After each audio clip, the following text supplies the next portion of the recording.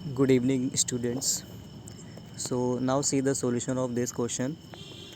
1st December, Hema started a business with cash. So entry will be cash account debit to capital account. Being business started with cash 1 lakh. Second transaction, 2nd December, open a bank account with SBI. So entry will be bank account debit to cash account. जब bank में account open करते हैं तो bank में पैसा आता है, cash चला जाता है।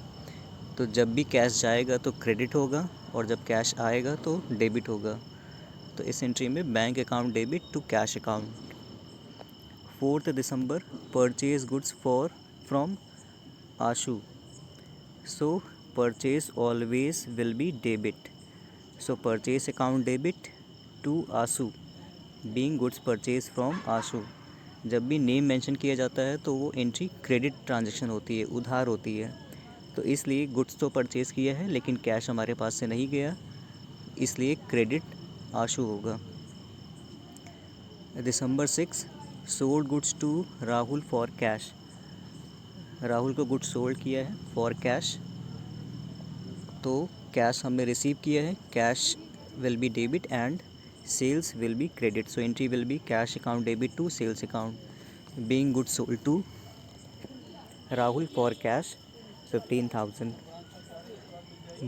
Next entry, bought goods from Tara for cash. So purchase account debit to cash account. इस एंट्री में कैश है और नेम भी है, तो जब कैश मेंशन है इसलिए नेम पर हमें ध्यान नहीं देना।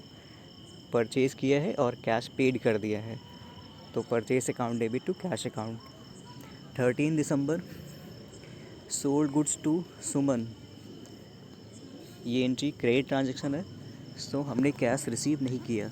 सुमन debit to sales account. Next 16 दिसंबर, receive cheque from Suman and discount allowed.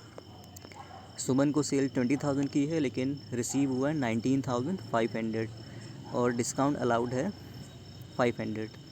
So entry will be cash account debit, discount allowed account debit to Suman.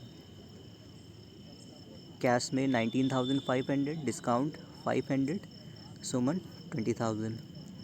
Now December 20, cheque given to Ashu on account.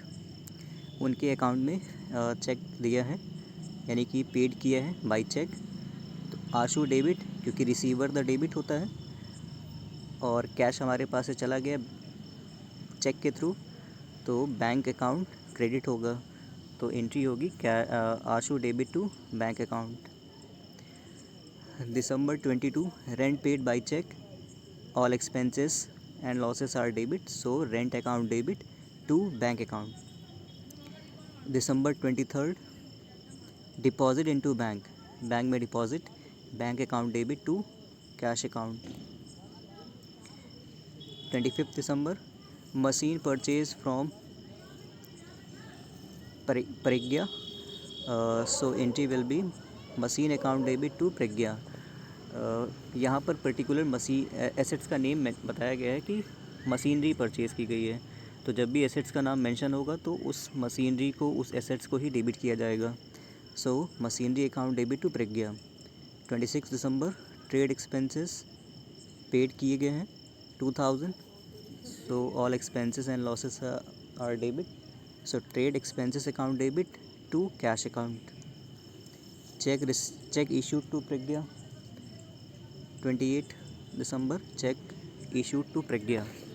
So entry will be receiver the debit, यानी कि Pragya debit to bank account 10,000।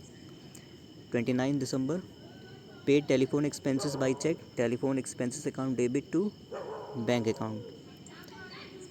31 दिसंबर, paid salary, so entry will be salary account debit to cash account. क्योंकि यहाँ पर check mention नहीं है इसलिए cash से पेमेंट होगा। Thank you.